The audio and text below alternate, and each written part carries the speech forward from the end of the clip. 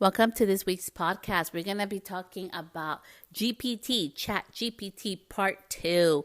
I have been utilizing it since they sent it out and they were like, hey, do you want to sign up to be one of our first users? I ended up being part of that, and I wanted to share how it has affected me now that I've been utilizing it for so long. If you think about any tool, whether it's a new curling iron, a new tool for your job, the new phone that you get, right? We love it when it's new. We're like, oh my gosh, it's so exciting. I want to utilize it. But as time goes by, we start really thinking about like, is this something that's helping me or is it like kind of hurting me, right? And I wanted to share because I won't go into that part. No, I'll skip that. But I've been on this little like rabbit hole and I've been really thinking about like ChatGPT came up in a conversation. And I was really thinking about like how is this helping me or hindering me? And I've utilized it, I've used it for captions and things. So I wanted to share with you like what I've realized and how it's affected me personally, my creativity as a person. I am, I am a little different. I do like have a little bit of anxiety sometimes in my life.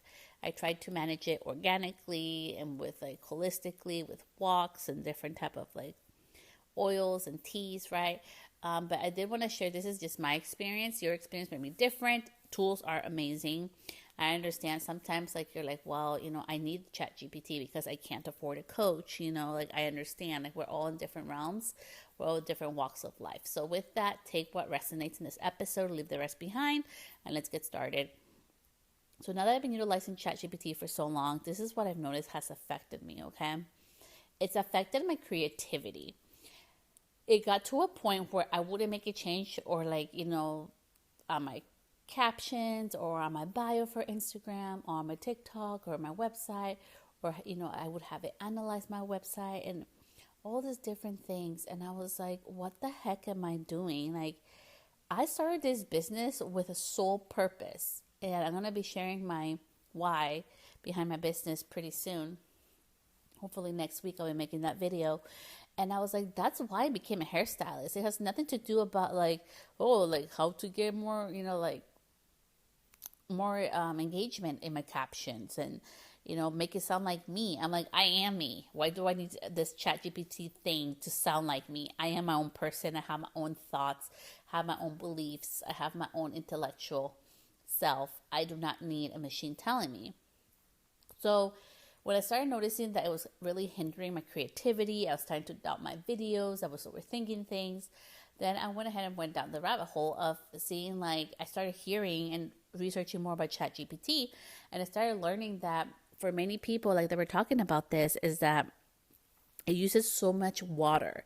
And I've also have been learning that it not just solely uses water, it also utilizes clean water because supposedly they can't use recycled water, right? And I was like, well, how the heck does ChatGPT use water?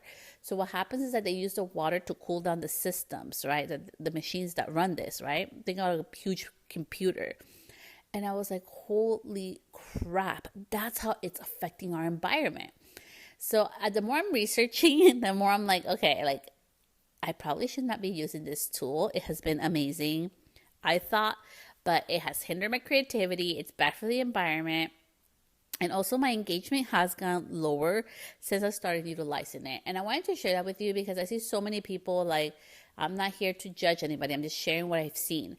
A lot of people have now, like in the coaching containers or group coaching or communities, like, hey, I'm in my own chat GPT like person, and they act like me and they talk like me, so you can ask them questions. And I'm like, where's the human touch? Like, if I am paying for a membership, I want to talk to you, not to some chat thing. And with automation, it's cool. It's nice that things are so fast. But then, like, I started really thinking, like, what makes you you? If we're all utilizing this thing. I was looking at Instagram, and I'm like, we're all losing what makes us unique. We're all starting to look and sound the same. Right now, faceless accounts, so accounts where you don't show your face, are really trending. And you can literally utilize a bot, or you can use ChatGPT to create a faceless account for you. And I bought this like thing, and it was for faceless account, and it has things, and you can resell it, and they give you 70% commission and all this stuff. And I was like, where the hell is the human touch going?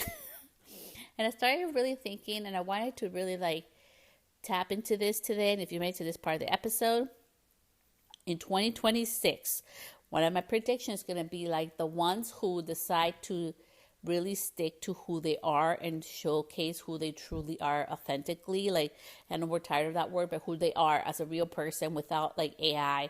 You know, like AI videos are out. There's so much editing going on, are the ones that are going to win.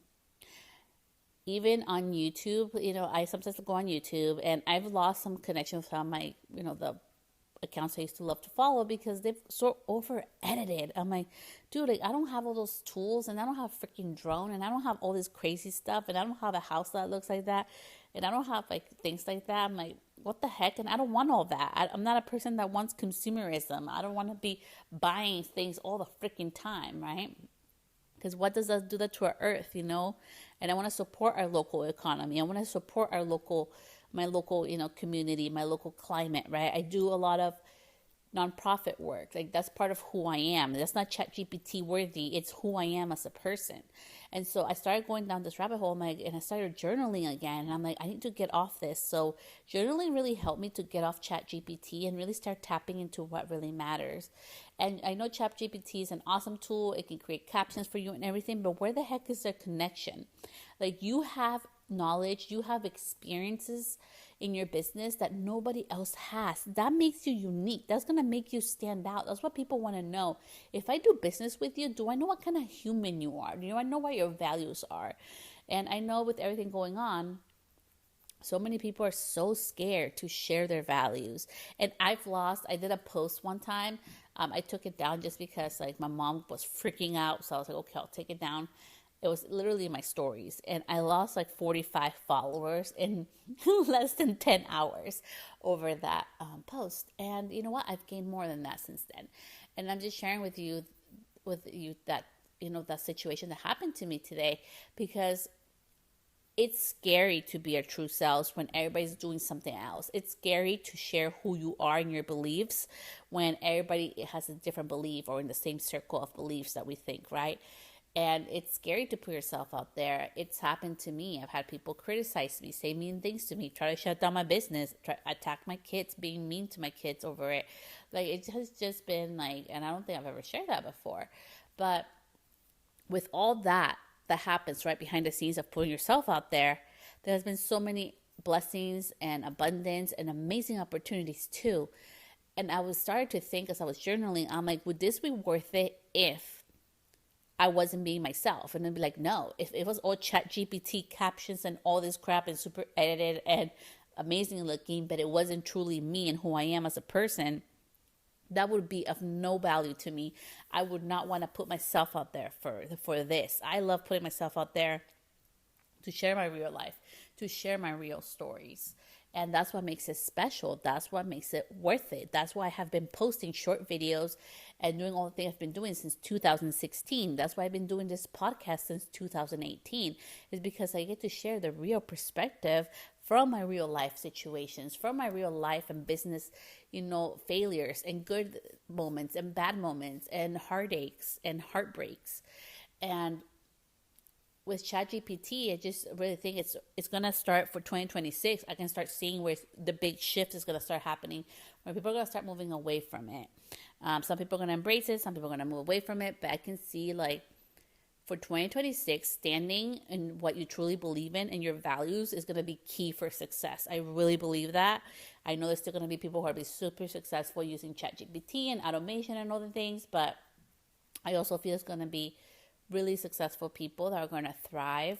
And sometimes when you think success or thrive, you think like 100,000 followers, making $20 million. Thriving and success is such an individual thing. Like, you know, what's successful to you may not be successful to me. What thriving monetarily is for you may not be thriving for me, right? Like we all have our different realms of what means, what each thing has a meaning of, right? Like each word has a definition. Success has its own definition for you, which has a different definition for me. So just with ChatGPT, I have decided to move away from it. I've really decided, even with my emails, I know I do typos. I've decided to try some professional, whatever. I just sound like me. And sometimes there's typos and or run-on sentences. And I'm like, you know what? Like, this is who I am. Like, people are going to connect with me who are supposed to, and the ones that are not are not. And it can be lonely when everybody's doing something and you're not. Sometimes I even feel like foreign to even share this with you, but I think it's so important because so many people right now are in the, hey, everybody jump on ChatGPT, and nobody's talking about, yes, there is like, impact to our environment and also to our creativity, which I think is the most important part. Imagine that a tool that's supposed to help you ends up hindering you, where you can't make changes on your captions or on your bio or your website or your business because you want this thing, this artificial intelligence thing that takes information from the web that's not all 100% accurate and is guiding you. I'm like, I don't want that thing guiding me. So that's where I'm at. I've decided to stop using ChatGPT. I've decided to really tap into my creativity, and it has brought so many beautiful things. Like, currently I'm doing a 40 before 40 series, and it has been so fun to discover and to push myself to do things that I'm super uncomfortable with. So that has been amazing, and it has really reminded me the importance of remaining human. And I'm not here to punish anybody. Like, I'm like, if you want to use it, go for it. Awesome. I don't want to use it. And I'm like, you know what? Like, it's not for us to judge people or like punish people. Like, that's horrible. Like, some people, like I said in the beginning of the episode, they need that support. They don't have the income to go hire a coach. Sometimes coaches can be, $500, $1,000. It depends like what realm you're in, right? So I think it's so important that I don't want to judge anybody. But I want to, like, in my own like business and self, it has hindered so much my creativity, and it actually like pushed back instead of like helping me move forward, that I've decided to stop using it. And I think it has been like the best thing. I am learning new things about myself. I'm discovering new things about myself. My creativity is coming back. Journaling has been amazing. I always believe in journaling. I have been journaling since I was a little girl. It was the only way I can really take out my feelings and expressions without having other people read into it. Except that one time when I was 16 when they found my journal. That's for another episode. So with that, just remember, if you're going to use ChatGPT, just be very mindful with it. Make sure that you remember, don't copy word for word. Remember to keep your ideas uniquely to you. And I want to end with this. If we're putting all of our ideas in ChatGPT, people sometimes get scared, right? I don't want to share my formula. I don't want to share my placement because somebody can copy it. I don't want to share my secret recipe for my business because somebody can copy it. But we're putting all that information to ChatGPT, which is being shared to other people. I'm like, are we losing our creativity that way as well? And it's just something for thought, right? It's like food for thought. Like, I'm just like, that makes no sense. We're so protective of our stuff, but then we're putting it into this machine that can spit it out anywhere for anybody to ask the right question, right? So just so many things to really think about it. It is an awesome tool. It can bring you business. It has literally brought me bookings. I'm not going to lie.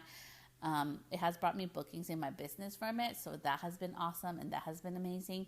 So I just really wanted to share that with you, that it has been an amazing tool. It has brought me bookings in my business, but I'm not going to be feeding into it. I really want to be I want to feel my creativity.